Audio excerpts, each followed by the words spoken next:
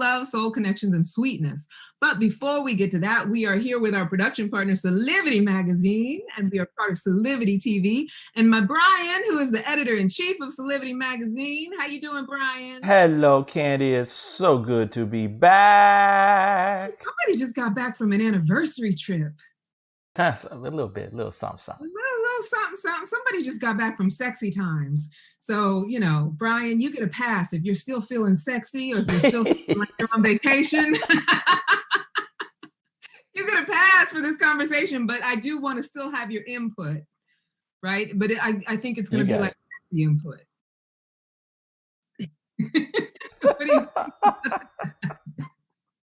So we're live here every Wednesday at 7 p.m. You can also watch us at celebrity.com on Celebrity TV and subscribe to Celebrity Magazine on YouTube so that you can be alerted whenever we go live. And don't forget to also subscribe to the audio broadcast. Ask for Candy on Anchor, iTunes, Spotify, iHeartRadio, and wherever you normally download your podcasts. If you're driving along in your car and you don't want to watch, you just want to listen. And you can email us at askforcandypodcast@gmail.com and leave comments and ask questions. And you know, I always address those in a later broadcast. Sometimes I use them as topics. And actually the topic tonight is somewhat of a question that I was sent, which I'll share with you later. But for those of you who don't know, for almost 9 years, I have been a relationship coach, a workshop facilitator, and am now a professional matchmaker with Talkified Dating Service. And if you've never heard of it, it's an amazing digital service where you can hire a matchmaker to do all the sifting and the vetting on your behalf. It's especially great for people who struggle with initiating contact or simply picking the right partner. Matchmaking and relationship coaching are my zone of genius. And the best part about it is that week to week, I get to grow and learn as I interact with people around the most intimate parts of their lives.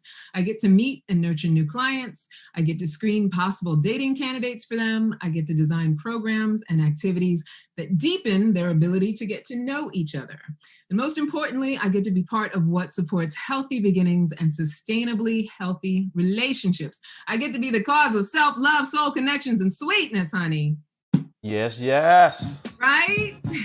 So stick around because later on, I'm going to be doing my matchmaker moment. And part of that is going to be introducing you to one of my latest clients. And as usual, I have a fantastic spotlight client, also very sexy. And if you're single looking to be matched, then you might be, I don't know, it might be the one for you. So you might as well stick around until the end to find out, right? Ooh, tonight's topic. Matchmaker secrets. What are the exact questions that I ask to find out if you might be a match for my client? So this is going to be a two-parter, Brian. Okay. I have a set of questions that I ask the men and a set of questions that I ask the women. Now, here's the thing. I know that all sounds very binary, but really what it's about is that psychologically, different genders answer questions in different ways and respond to certain things in different ways. So whatever you identify yourself as, if you date people who identify as men, these questions that I ask, whether you are cis male or identify as a man, these questions that I ask reach to the heart of that psychology. Does that make sense? Yeah, that makes a lot of sense. Yeah. So I spend a lot of my days interviewing people to find out if they might be a match for my people. And I'm very much a mother hen when it comes to my clients. I look after them, I take care of them, and I make sure to know certain things about them. And you might even say that the people that I'm screening and I'm talking to, like I'm sort of pre-dating them. So almost all day, every day, I'm going on date after date after date to find out, you know, I'm like first dating all day long to find out if, you know, this is somebody who is, first of all, ready for whatever kind of relationship my client is looking for, but also just, you know, has a level of compatibility. And truthfully, it is a blast. I absolutely love it. It's so much fun. Partially, it's a lot of fun because there's zero pressure, since the goal is to match them with someone else. You know how it is, like with dating, you know, for some people, they you know, have gotten into the groove and they understand that dating is supposed to be fun and that they can just enjoy it. People who don't like quickly get attached one after another tend to enjoy the dating process, right? But for those of us who do get attached quickly, dating can feel like a lot of pressure because, you're attached, you're hoping that person's going to be the right one. And it can be disappointment after disappointment because you're wanting them to be something. So for what I get to do, I don't have any attachment. I'm just trying to find out if you're compatible, and I'm not going to be the one who has to end up with you. So for me, it's a lot of fun to just, have a no pressure way to just get to know vastly different people from all over the country who are like just really different from each other, but also dramatically very much the same.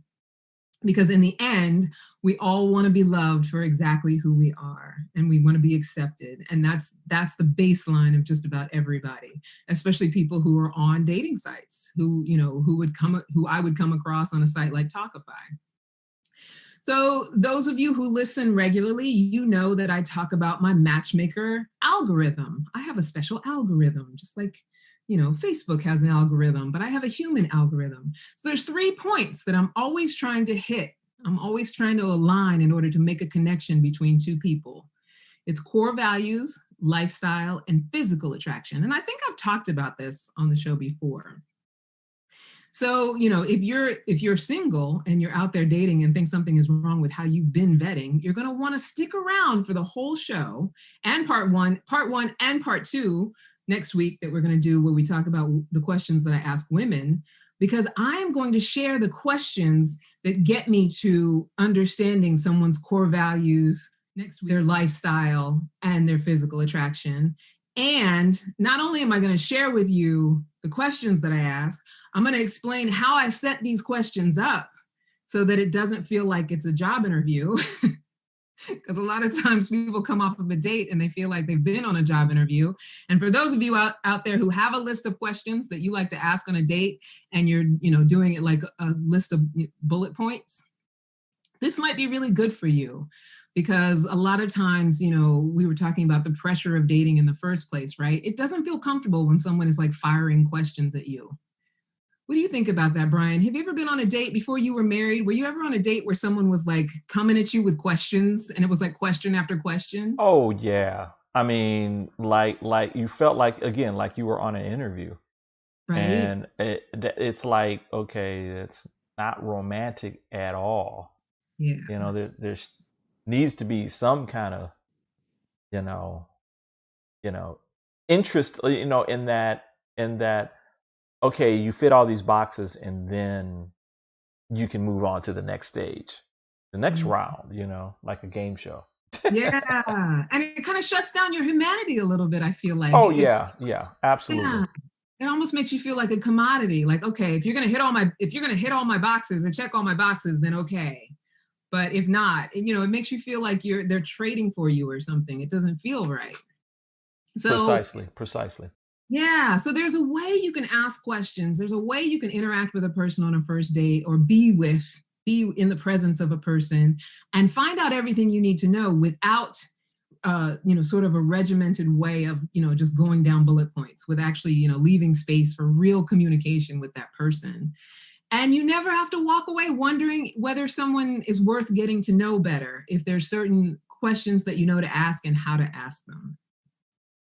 So, setting up the questions. What makes it easiest for me, like when I'm on call after call after call, is that I can just tell them honestly. They know what the call is about. They know why we're screening. So that does take a lot of the pressure off. I'll tell them I'm looking to find out if you match with my client. So I always say, I have a list of questions. I always say there are no right or wrong answers. I always say I have no personal judgments about your answers. And I also tell them the more authentic you are, and the more you empower me to know whether you are a match for my client. Right? And I also tell them that people ask me, what do I mean by the questions? I don't mean anything. Whatever you make them mean is perfect. So I can tell them these things straight because they know the business we're about. But when you're on a date, you can't be like, I have a list of questions. There are no right or wrong answers. I have no personal judgments about your answers. Right. Because then all of a sudden you've set up like, a formal interview, right? But there are things that you can do that actually provide that kind of space that, me telling them straight out that provides them. So what I'm doing when I'm telling someone those things is I'm giving them a safety bubble to be themselves. What I'm saying is that you have a free space here. You're going to be heard without judgment or criticism. I'm inviting you to talk about yourself. So I'm not going to like get annoyed with it. Like, I'm here to listen to you talk about yourself. And, you can share to the highest level that you're capable of. So once I run that down, that's what I'm doing in a structural way. Now, how do you do that in a way that is natural on a date, right? How do you do that in a way that like allows someone to open up? How do you create that in a conversation without having to set it up with matchmaker spiel? So here's what you do. Anybody who likes to date men or people who identify as men. First, leave your judgy perfectionist critic at home. Repeat that again. Right? First, leave your judgy perfectionist critic at home. Your judgy perfectionist critic does not belong on dates. And, I know a lot of people will say, oh, no, I don't judge, whatever. It's natural. We're all human. When it comes to dating, we feel like we're vetting. We feel like that's what we're supposed to be doing. But if you can leave the judgy perfectionist critic who has all of these things, and I've talked about before, the looking for the red flags and all of that stuff, leave that person at home, because that person is not going to cause you workability as far as dating is concerned. That part of you is not going to help you, right? Even though we think it, like we're so convinced that we need to go on dates with our criticism, like it's like the criticism is at the head of the table. I don't know what that's about, but it does not help us in any way. So leave the judgy perfectionist critic at home. Listen actively.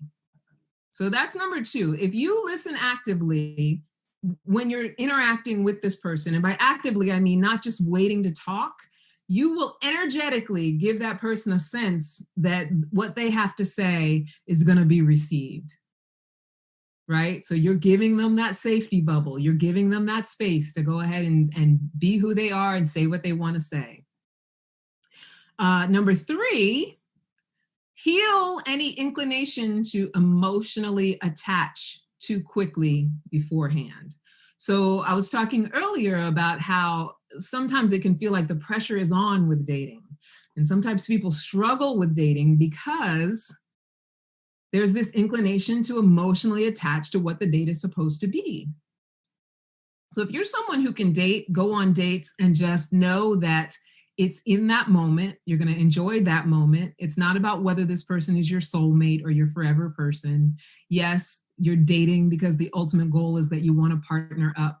But if you attach yourself to every single date that you have or every first date that you have in the hopes that they're the one, it's counterintuitive to actually being able to leave them space to show you who they are.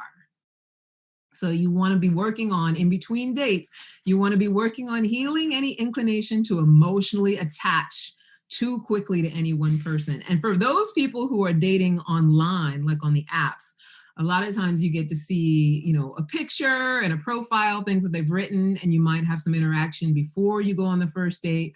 See, with Talkify and with matchmaking, what we do is we match people blind. So they never get to see a picture beforehand. Yes. I mean, that, and that takes something. I have to hand it to my clients. I have to hand it to anybody who endeavors their dating this way. I think it's smart, because if you're willing to give up the trust and, flow with how it can go and let someone else sort of vet for you, I think that you have increased your chances of being able to have more positive experiences. So this is like you've got mail for real. Yes, it is. Oh yeah, that was with what they were like emailing each other and they didn't know who each other were, and then they finally met, but then didn't like each other before they knew who each other was. Is that? Yeah, the Tom Hanks and what's the woman? Ryan. Yeah, Meg Ryan. She had the bookstore, and he, his company put her out of business, so that was the dislike. But I'm remembering the one line that Tom Hanks said before he met her. that he said she could look like a mailbox, and I would be a fool to not spend the rest of my life with her. Wow. Got Oh, interactions. yeah, exactly. Yeah. Well, see, that's the thing. I mean, the way we do it, our system, you don't even have that. Dang. There's no interactions. There's no seeing of any pictures. I'll sell them on some details. Like when I talk to my client, I found this great match for you and they fit this, and that. And they're really great, but I only tell them general details because if you tell specifics, then people can Google each other. And so, we don't want people Googling because just like with online dating, it's like we see a picture of a person and we have some details from their profile, and then we start making up the rest, like filling in the holes and making up who we think this person might be, or writing a story about them, or we start dreaming about what could be possible, all those things that we do to sort of like flesh out what it is we don't know. Whereas when we know minimal information, we kind of have to jump in and see what it's like. Wade in the water. Exactly. Exactly. And that can be daunting. I don't take it lightly. Sometimes my clients, I do crack whip a little, and I'm just, I'll just be like, just go and see. You can ask all the questions on the date, like, because they want more and more information from me. And I'm like, no, I want you to just go and find out. Like, I've done my vetting. But I say that also being in full understanding how nerve-wracking it could be to be someone who is normally in control of, most of your life, and now you're completely out of control, and you're going to meet a person who is supposed to be possibly a romantic interest, and it's completely blind and you don't know what's going to happen. And some of them are amazing because they'll go on these dates where they like, go to a nice restaurant, spend real money. I mean, they're putting themselves out there, and I acknowledge them for that. But I think there's still an important thing with, like I said, the inclination to emotionally attach too quickly. It's a fine line that we walk, because I do think it's good. I always preach about, looking for the positives and trying to focus on what is good about that person and trying to see something in that person when you're on a first date to see whether you'd want to get to know them better. But the balance has to be that you don't, because I like this about you, I'm claiming you. Right, Which is what right. a lot of us do emotionally,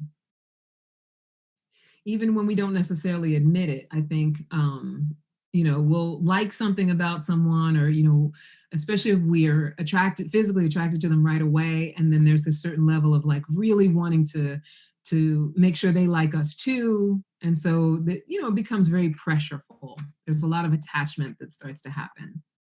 So that attachment won't help you be able to have a conversation that creates a safe bubble for the other person, because you'll be too busy worried about how that person views you when you're attached to them being the one.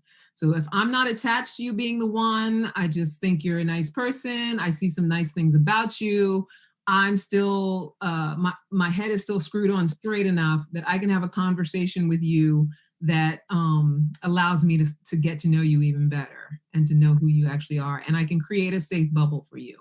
I like that. I mean, I like that a lot. You're going in, trying to go in for clean slate. Yeah, I love that. That's one of my favorite phrases, the clean slate.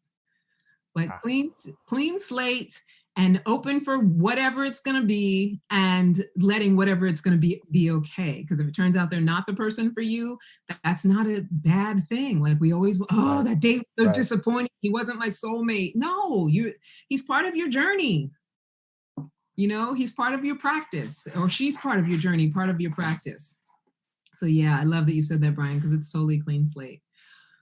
So then the other thing you want to do in order to be able to have a safe bubble conversation is be willing to authentically allow them the space to be who they are, knowing that it won't have any effect on your life unless you are actually a match for each other.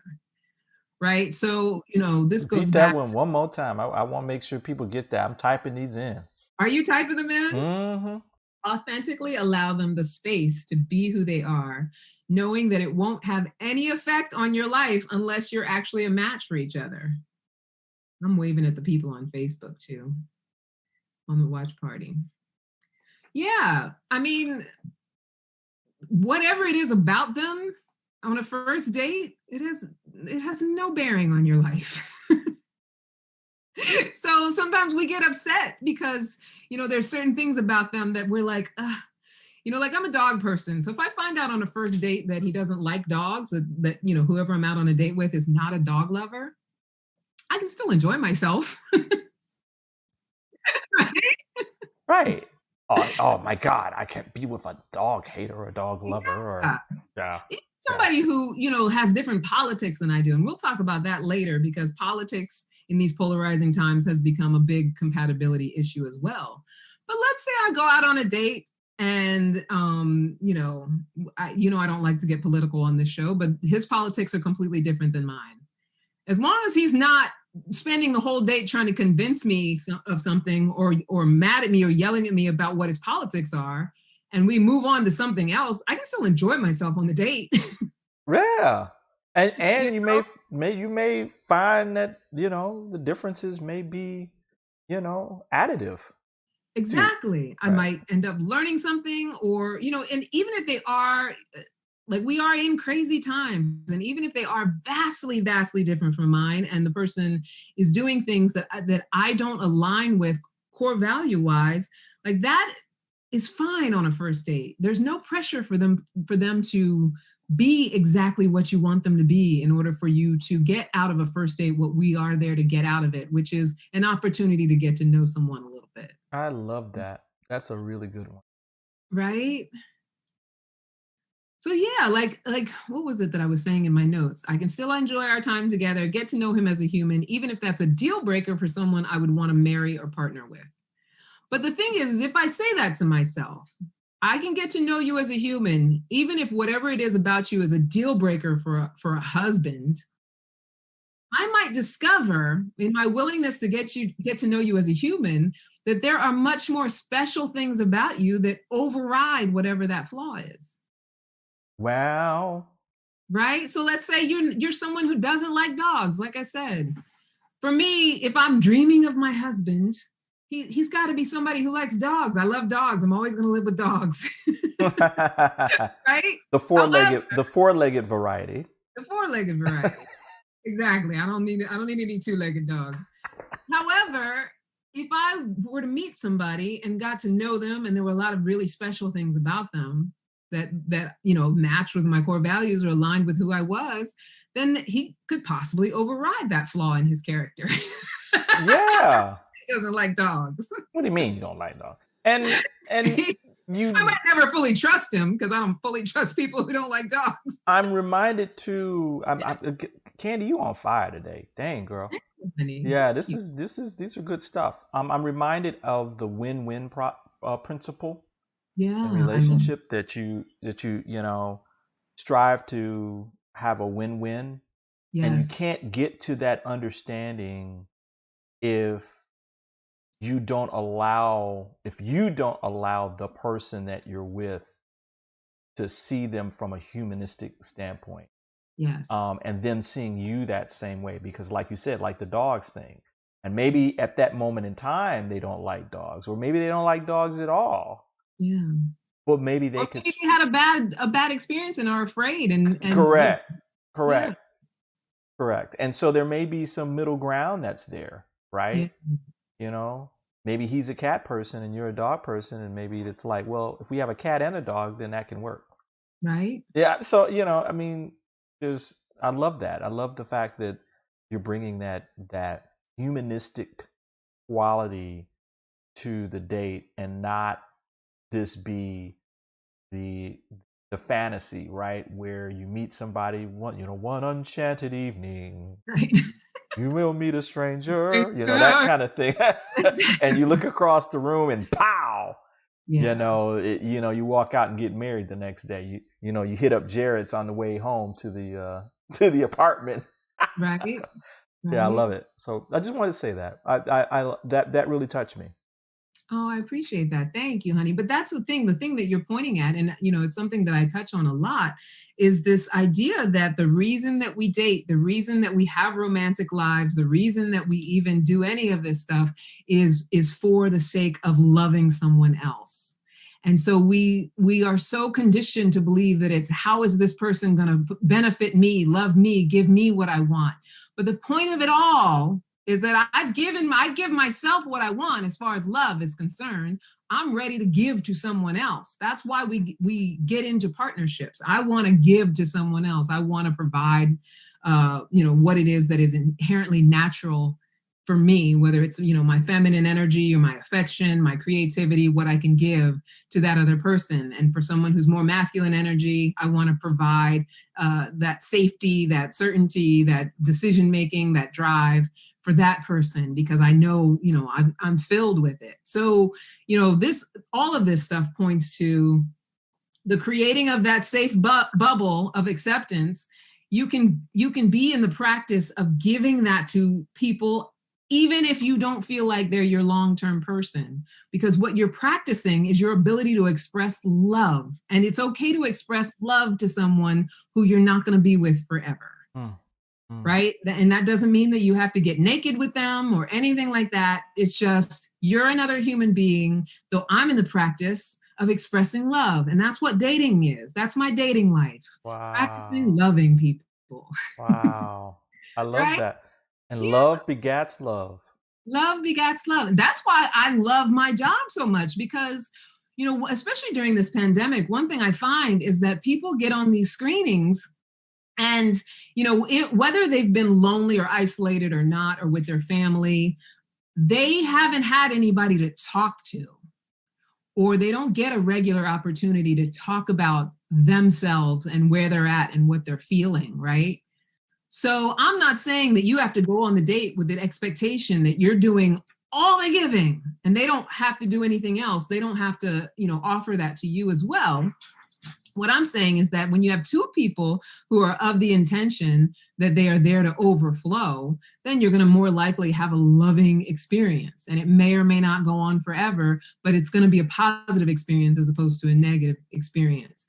If you are the only person who's in that giving space, then enjoy it, have fun with it, overflow with the love that you have, and then move on to somebody who can meet you where you're at. But there's no pressure for each person to be able to know how to do that. Like your thing is to be in practice of expressing love until you get to a point where you're practicing with just one, if that's what you want, if that's what your ultimate goal is, right? So yeah, I could go off on tangents, honey. I could be on my soapbox about that. So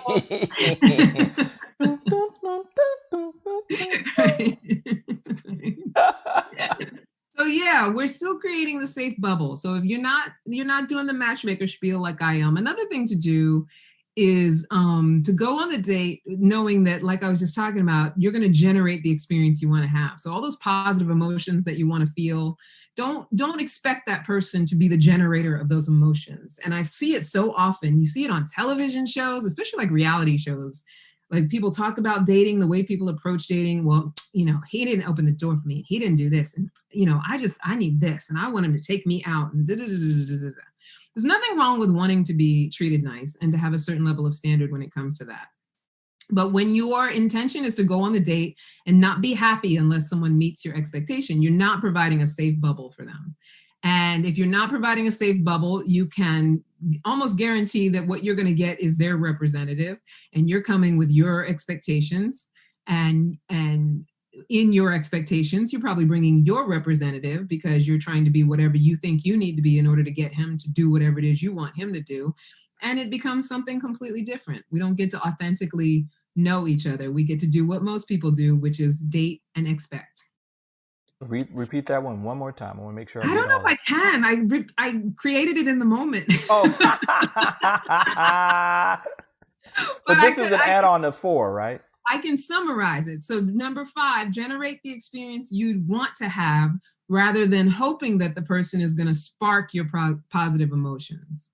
Gotcha. Now that I know that you note them, Brian, I'm going to make them less wordy. I'm very wordy with them. No, be wordy. It's You okay to be be you. I'll be me. I'm authentically letting you be who you are during our I show. appreciate that. Thank you for Thank you very much.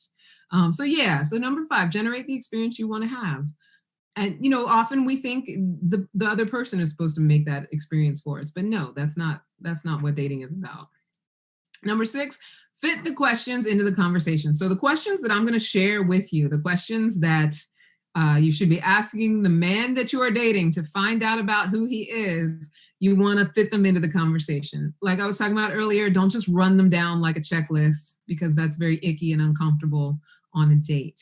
You want to, have a little finesse with it, and not in a manipulative way, just actually leave space for exchange. And, if he's talking back or maybe asking you questions as well, don't be on an agenda about it.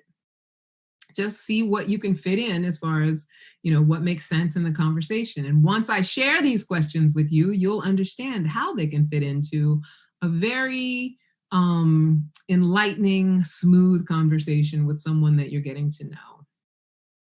Nice. Yeah. So we feel like, are we ready for I think we should maybe take a commercial. Let's take a commercial and let them wait. Yeah, I'm going to let y'all hang on the cliff a little bit. And when we come back, I am going to run down the secret matchmaker questions that I ask the boys. For you ladies out there, and for those of you who date men who identify as men, the questions you want to ask to psychologically get to know them, to get them to deep dive and to share who they are with you from the little safe bubble that you're going to create for them. All right, we'll be back. Right, B? Righto, we'll be right back.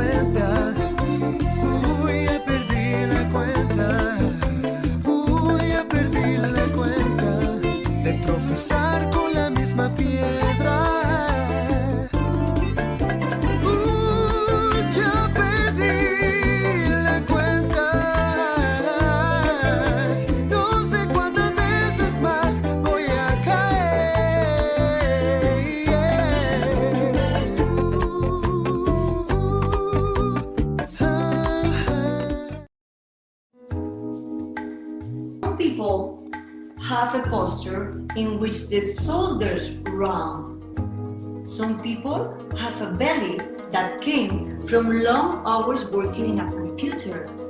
Driving, grabbing your baby, the posture changes with your lifestyle. So we have to reprogram our posture in order to have a better lifestyle. So what is important here to know? Our work, the house of our body, with the roof here, the diaphragm, with the pelvic floor that is the ground, and the whole core muscles are the walls of the house, have to work properly in order to have a good posture and a good movement. Watch Body Fit with Alexa Marine every Monday and Thursday at 9 a.m. right here on Solivity TV.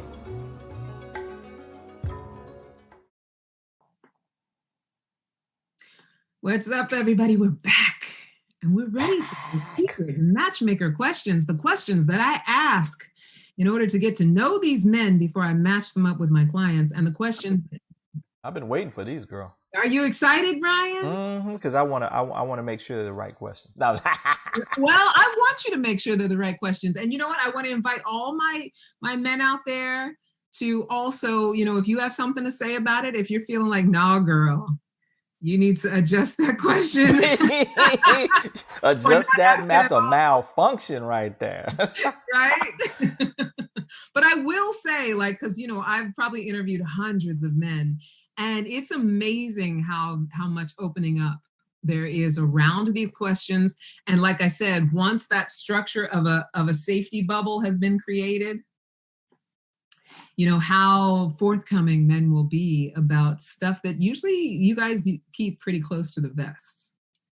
Yeah, we're taught to be that way. Yes, I We're agree. taught to be that way. It's not, so ladies, it's not something that we want to, but we just don't know. We're taught to not be emotionally open. Yeah, I totally get that.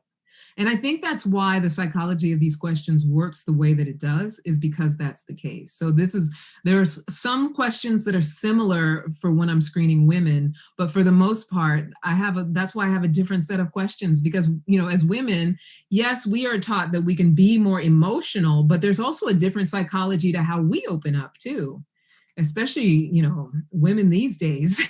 A lot of us are in our very masculine energy. So, yeah. But that's for next week. That's next week's show.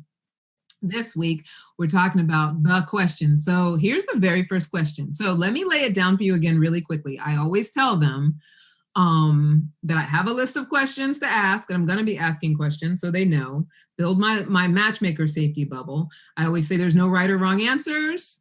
I have no judgments on the answers. And the more authentic and forthcoming they are, the more they empower me for the match. So, like I explained earlier, just as a recap, you can provide that safety bubble without actually saying those things, just by not being attached to the outcome and being willing to leave your judgment and perfectionist at home. If you're willing to do those sorts of things, you can be in a relaxed conversation with someone and ask them questions without any sort of impediment. They don't start to worry about whether you're going to get angry. They don't have to show up as their representative. They can just go ahead and share with you because it feels like a safe space where you're not trying to force something out of them. And if they don't want to answer, it's okay too. If they don't, because then no answer is an answer as well. Yes, it is. Right. Then you so can, very first question. and then you can practice the whole thing of disappearing. Right. All right. First question. The first question is, what is your relationship with your word, or how do you describe your relationship with your word? So the reason that I specify with this question, especially, like, I don't mean anything by the question, whatever you make it mean is what it means, is that people have different interpretations of what it means, what their word means. So some people will go straight to Christianity and the Bible and the word, right? And that's what they'll start to talk about, which is indicative of, what's on their mind, what they prioritize. And if you're someone who also prioritizes that, then great, right? So if you're someone who is interested in someone being Christian and being very connected to their religion, and that's sort of their go-to when you ask them an integrity question, and that's what you want to match with, then if that's what they start talking about and that's how they interpret that question, then there's probably a little bit of core value, obviously religious matching in there for you, if that's what you're going for too. But a lot of times, more often than not, people will go straight to, do I keep my word? Which is what that question is really deeply about, right? So it's an integrity and responsibility question. So a lot of times when you ask a guy that question, he'll talk about, he'll say, my word is my bond. My word is my bond is something that I feel like 90% of men say, even the ones where it's not true. So he'll go right to my word is my bond, but then he'll also talk about what he's like at work. So first of all, you find out if he has a job or not, right? They go right. I'm sorry. That was right? But it's true. You it's find true. out a job. He goes right to what he's like at work, and what he's like at work usually represents generally, what he's like as a person, like his integrity. Like if he's like someone who, if I give my word, if I give a handshake, if I give a promise, I 100% have to follow through. I'll move heaven and earth to make sure to follow through. Or if I can't follow through, I communicate. A lot of times that's where they'll go, and that's an ideal place for them to go if you're I'm someone who's very present to the integrity piece, right? Like I wouldn't want to be with someone who their actions and their words didn't align. I've done that before. I'm not interested in doing that anymore. So if he goes there and he can be specific about where he shows up in his word, then the chances are pretty good that you're dealing with someone who understands integrity, even though he may not always be in integrity. None of us is always in integrity, right? But you can get an idea if he understands that. So he'll also bring up his kids if he has any kids. And also whether he can be trusted not to lie, or whether he even knows lying is an unworkable thing. Like all of that stuff will come up around that question. That's nice. Okay. Yeah, don't you think so? Like if I were to ask you, Brian, what is your relationship with your word? I mean, you don't have to like go into a full answer, but if I were to ask you that question, like what does that make you go to first? What does it make you think of first? Well, my relationship with my word. So my thought process would immediately go to, you're talking about your word, specifically, like if I give you my word, you're talking about honesty. What is honesty to me? Yeah. And it's multi-dimensional. So Yeah. I would say that, me being a man of integrity is one of the core foundational aspects of how I live my life. Period. Yeah. Period. Yeah. Being a man of integrity. Yeah, I love it. That's awesome. So yeah, I mean, that's the kind of stuff you want to hear from somebody when you ask that question, right? That's where they go. They get to where they're like, this is who I am. It's very important to me. So the next question, how do you describe your relationship with money? Now, this is why I say, if you're on a date, you're doing this conversationally. You can't bullet these questions, because then it's almost like it feels like an interview, like if I'm doing a screening. But you can get that question in, like, how do you feel about money? How are you with money? Because when you ask a man a question like that in a safety bubble, it speaks directly to how they view and value themselves and what they value in their lives. So what they will often tell you is, whether a lot of times they'll say, I have a love-hate relationship with money. I believe it's a tool for freedom and things that I want to do. Or they'll tell you what they spend their discretionary income on, which lets you know what they value. Yeah. There you go. Right? Yeah.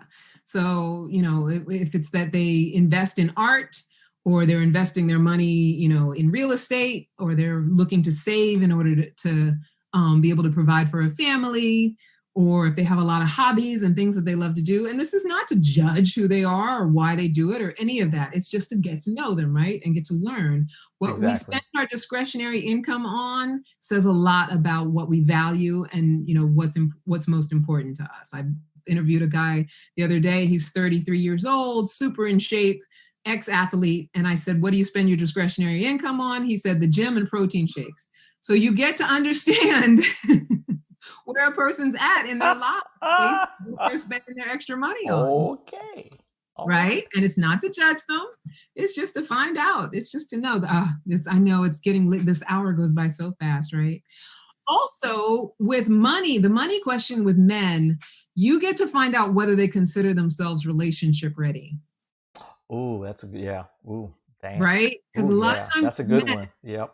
Yeah, if their money is not together, and they may or may not admit that their money is together, but if they say, they'll indicate like whether money is something that they're masterful at or money is something that they're struggling for a little bit.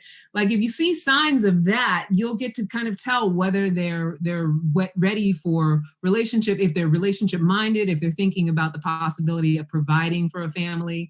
I know that that's old school and traditional, but I think biologically men still kind of go there. Yes, absolutely. Yeah. That's still an evolution.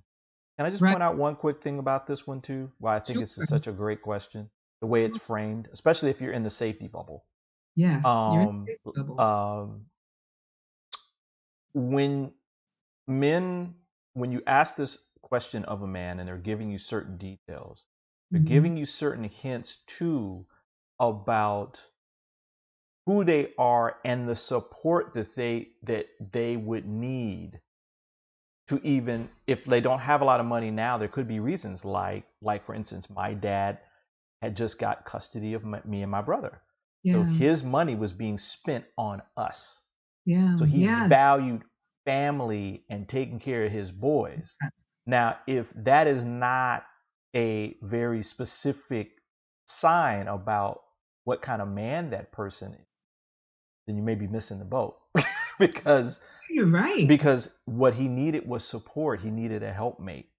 Yeah. And just in terms of just money, but the foundational thoughts around money was that it's a tool to support the family and moving to be better.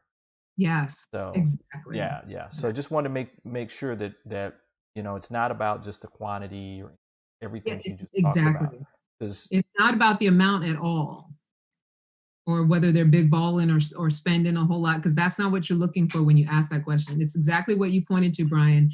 Does he say, yeah, I take care of my kids, or, I've had a lot of single dads who say, I provide my kids experiences or their education or whatever. Like, my family, I spend on my family. I like taking trips with, my extended family, my mom, dad, I got siblings and all of that stuff. Like, yeah.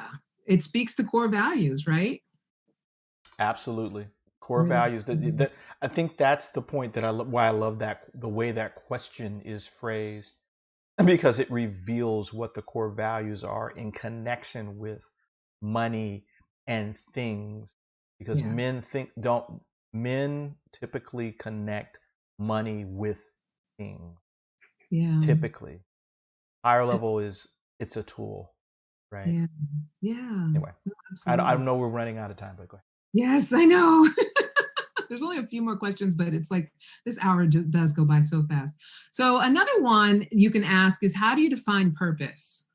So if you ask a man, how do you define purpose? First of all, it's good to be coming from a place yourself where you have a definition for it, and you have a definition that you feel connected to. Like, you feel purposeful, you understand what purpose means to you.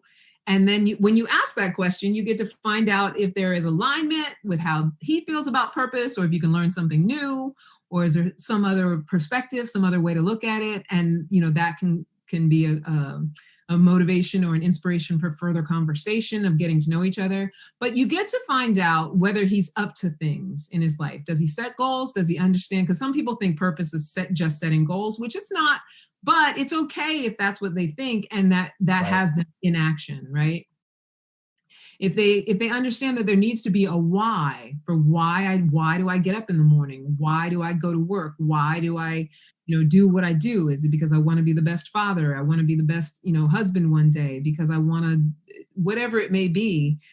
Then he understands, sustainability and longevity. He understands that we don't just do stuff for no reason. Because if I'm just walking around doing whatever is impulsively in front of me, there's nothing wrong with me if I'm doing that, but there's no sustainability in that, right? That has no certainty to it. No.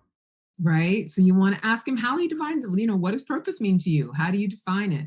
You want to ask him what he's passionate about. What does he truly care about? When you ask, what are you passionate about? It's close to how do you spend your money? How do you spend your discretionary income? But when you ask them what they're passionate about, then you get to sort of like open up the well of male emotion. Not that you're trying to get him to cry or anything like that. Right? But if you want him to share like the things that are important to him that he truly does care about. And sometimes those are, hobbies. Maybe he has like a motorcycle in the garage. And, ladies, I know this can sound crazy, or maybe it doesn't sound crazy to you. I do think that for men, a lot of their decompression, a lot of their self-acceptance, their self-care comes from having something that they do or create, like some sort of thing that is, it can be an accomplishment when it's complete, whether it's that they're doing carpentry or they've got some side hobby, some sort of adventure thing that they do. Like, I think activities like that tend to be self-care for men, whereas, and maybe for us too, but a lot of times we like to go to the spa and, pamper ourselves and stuff like that. I think men tend to want to be doing, or they tend to want to be involved in things like whether it's social justice or, things like that. I'm not saying women don't want to. I'm saying that if you want to get to a man's emotions, what he truly cares about, ask him what he's passionate about and what he's into, right? Bam. Think about that, Brian. You think so? Absolutely.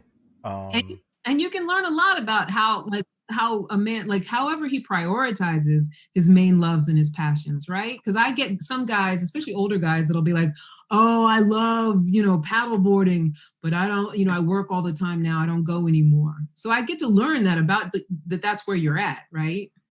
Exactly. I think this is this is a really good one, because it also passion, purpose, a high quality living. These are all higher level concepts.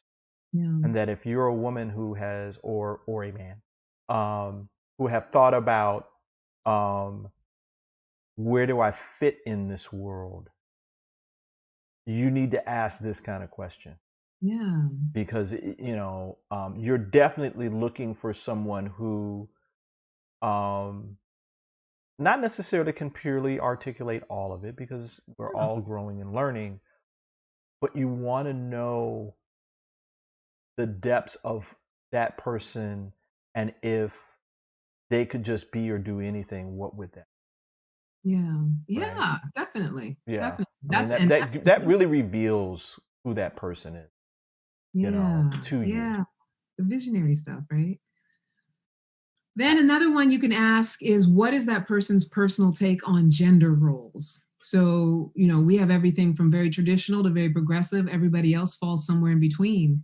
So if you want to get to know a person, ask them what they think about gender roles, where they're at with it, and have no attachments or judgments on however they feel about it, because there's a cap for every bottle. My friend Sahu's speech she's on, she says, asking a man what he is passionate about, the answer allows a man to go deeper. Yes, Sahu's speech. Thank you for that, my love. Exactly. It allows him to go deeper. But all right now, when it comes to gender roles, like, and I always preface this question by saying some people have a social overview about what they think is right about gender roles socially. But there's also our preference in a relationship. Like, I believe in equal rights for all genders, but in a relationship, I prefer a man who is a leader, someone that I can submit to. That's what I like in a relationship. Very different, right? And when I say submit, I'm not saying I need to be his sex slave. I still want to be able to have what I have. Well, maybe sometimes. I still want to have what I have as far as my own accomplishments. But I'm very clear that I like a traditional structure when it comes to that. Like, I want to be with a man who has the strength to lead, and someone that I'd want to submit to and follow. I'm not saying that every woman should have that or want that, but I believe that it's important to ask that question to know if he's the cap for your bottle or vice versa. I think that is very, very, very, very, very important. Yeah. Because my guess is too, Candy, while that is true for you, my guess is what's also true is you probably want a man who, when there are times at which you need to lead, that he understands that as well, and will, quote unquote, submit to your power. Because there's things you're going to be able to do better than him, and there's things that he's going to do better than you, or be able to lead better, or at different points in times. Yeah. And that's that recognition of power, right? And you know what it is, Brian? I love that you're saying that, because that's true. And I'll tell you this, because I believe that my power is in my feminine energy. And there's nothing that turns me off more. And this rarely happens. And I don't even mean this as, I'm not being braggadocious, but when I am deeply in my feminine energy, I feel like any man who I am associating myself with, I can get them to do whatever I want. And I'm not trying to brag, because I think this is true of all women. I feel like when we tap into this power. So when like a spider to a fly. Right? About a year or so ago, I dealt with this guy who was just unable to be influenced in any way. He wouldn't try any new foods. He didn't like anything that was out of his scope. My feminine energy wasn't effective to him. My coaxing or even seductiveness, even though I didn't get a sense that it was because he didn't like me, because he kept wanting to go out and calling and all of that stuff, but he just was really hard. He was unmovable. Right. And I'm not someone who has to control or make anybody do anything, but that for me makes me disinterested if I feel like you can't be with my feminine energy and flow with that. And what you're saying is right. I feel like that's where for me my leadership is when someone understands and accepts my flowing energy, and because I really believe that it's the submissive that's in charge, and that's we could do a whole nother show. Yeah, right? yeah. I get you. I think, that ability to flow. Yeah, I think that's true. I think that the characteristics that we give to energy sometimes are inaccurate. Yeah. Submission. It's like, what is it? In the tradition of the Tao, right? Where submission is power, is one of the most powerful positions. It really is. Very powerful. Yeah, I mean, blades of grass actually bend to hurricane force winds, and they remain after that. If that's not power, I don't know what is. So, anyway, we're gonna keep it going because we could do a whole show about submission. I mean, even in the training, right? We should. We'll do one. Even in the training of my dog, I notice if I'm very resistant to his resistance in the training process, as soon as I submit to it, he gives in. Correct. Right. And I'm not comparing him to a human man by any stretch of the imagination, but for all of us, it's feminine flow, that ability to flow, that actually gives us the power. Right. It's not the rock heartedness. It's not the strength and the strong, the standing in it. Right. That's not what is the most powerful. And it's all in nature. What breaks the boulders down to the powdery sand? It is the consistent wave action of the water. Absolutely. Not like this beating all at once. It's this continual soft power. Yeah. But yeah, we need to do that. Okay, next question. So the next question, like I said, the algorithm is core values, lifestyle, and physical attraction. So I have to ask this question, and I feel like you can ask someone this question on a date and don't be attached to it. Ask them what they like when it comes to physical appearance. What do they tend to go for? And they may or may not describe you. If they don't describe you, that's okay. Don't get your feelings hurt. Don't get your panties in a bunch. Like if they're being mean about it, then that's one thing. Then you just know that they're not the right person for you, right? But if they say, oh, normally I go for someone who, like I'm 5'8", I'm a pretty sturdy, semi-athletic girl.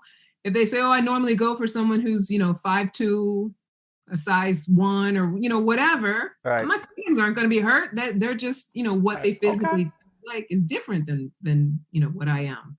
But it's good to know that, because when you ask that question, they also go into like sexuality type stuff. And I'm not saying you want to rev up on a first date some big sex conversation, right? But at least you open the door that is in the romantic realm of things, right? So what do you tend to go for? What do you usually like? In a safety bubble, a man will tell you all kinds of things when you ask him that question. Yeah. Yeah. I mean, like they're like, oh, what do you need to know? Let's order another round.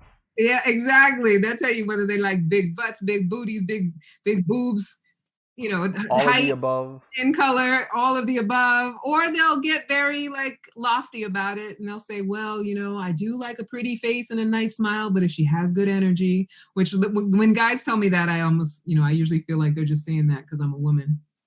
But but that's not fair. I do think that there are men who actually understand that energetically someone can be very attractive, or that they become more attractive depending on their energy.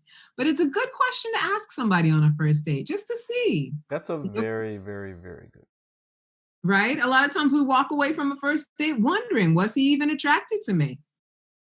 It's funny. It's funny too, because again, men most men, as they go through their evolution,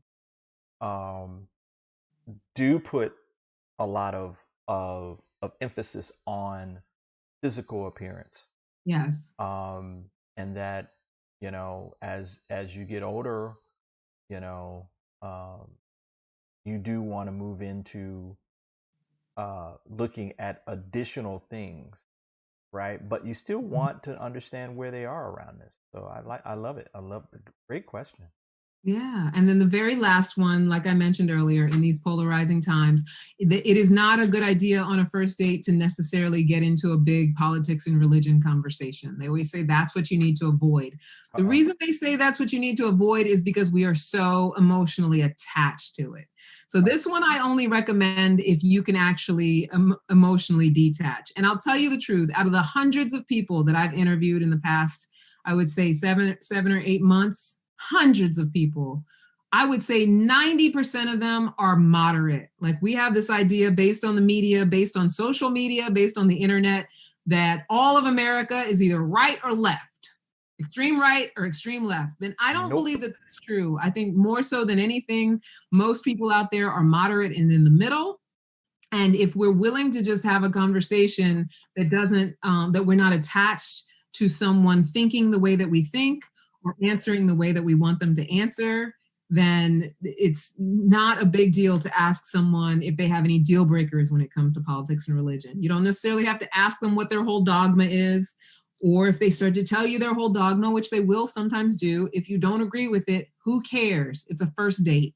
Right. So so the question is? So what I often say is, when it comes to politics and religion, do you have any deal breakers? Oh, okay.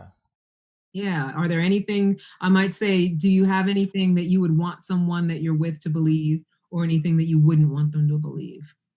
And I don't ask that question so that I can argue with them. Right. Right. What do you mean? Right? What do you mean? Do I, you know? Yeah. I mean, you got to think of it in terms of, this is a first date. I'm just here to get to know you. I'm not here to argue you down, make you think differently, show you how wrong you are and how right I am. And trust me, there've been many who have answered that question in a way that if I were in a political debate, I would want to get into it with them, ask them why they think that, you know, get into a whole conversation, which I hate political conversations, but, you know, under different circumstances, maybe I would. But this is not an invitation to do that on a first date, just to get to know, just to get to understand, you know, whether they are somebody who you have that kind of compatibility with. Now, I say all of that to say, you know, a lot of people are out there not wanting to date people because of their politics. That's the new, one of the new compatibility points, besides how they're navigating COVID. And I don't think that that's necessarily the best compatibility point, but I do think that you can find out a lot about what's important to a person based on how strongly they feel about certain things. That is, yeah. It's so funny how I read some stuff sometimes before this show, and I'm like, oh, that's a great point for Candy's show. There was somebody was talking about this exact same thing in terms of dating and that kind of thing, and he or she said that it's not about the political party. Mm-hmm. It's more about what you were talking about before, Candy, core values, right? So if we're talking about, you know, I'm going to mention a name, and it's just as an example, y'all. A Roy Moore, right? Who is, you know, a person who is not just a misogynist, but a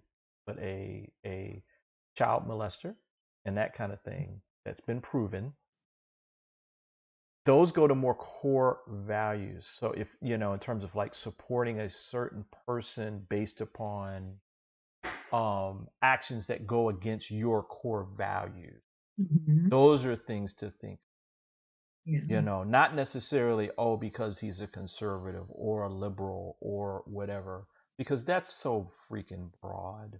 Yeah. And I love the fact that this person had brought it down to, who are you, and at your foundational kinds of levels, like you're talking about in terms of core values. There can be a person who's not in the same political ideology as you, but shares your core values. Yes, that's very true. You know, they're just manifest a different way.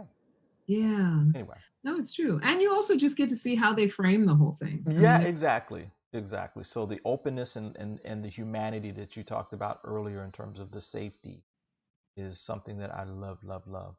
Yeah. Man, this was a good show. I want to go for another hour. All right. I wish that we could go for another hour. It would be awesome. So yeah, all of these within the safety bubble of I'm not here to fight you. I'm not here to argue you. I'm not here to change you.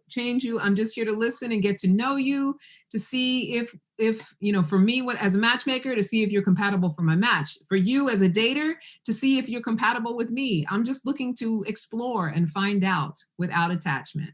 So yeah, that's it.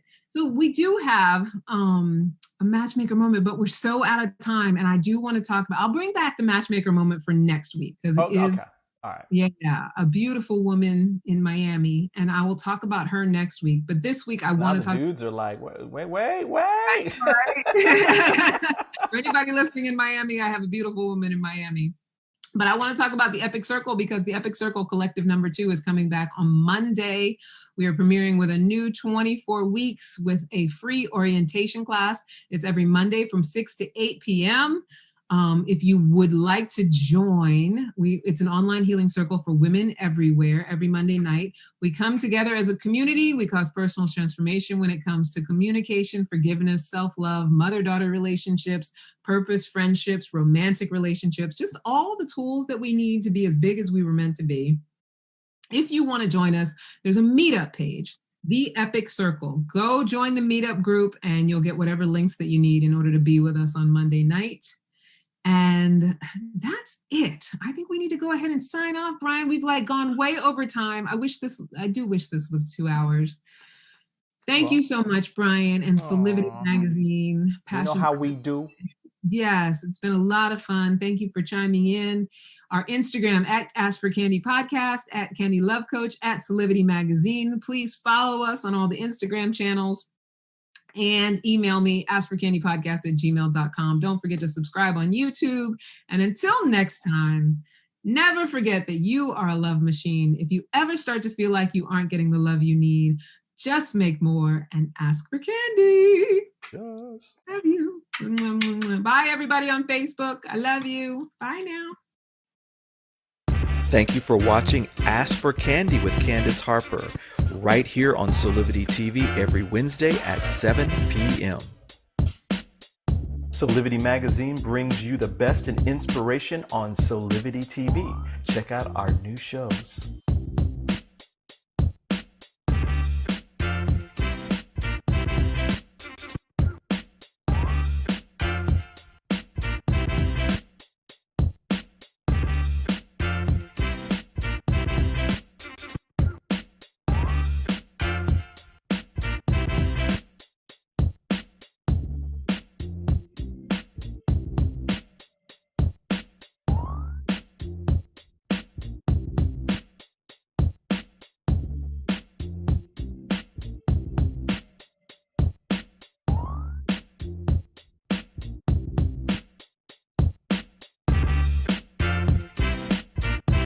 Mark your calendars for Solidity Magazine shows by going to solidity.com now.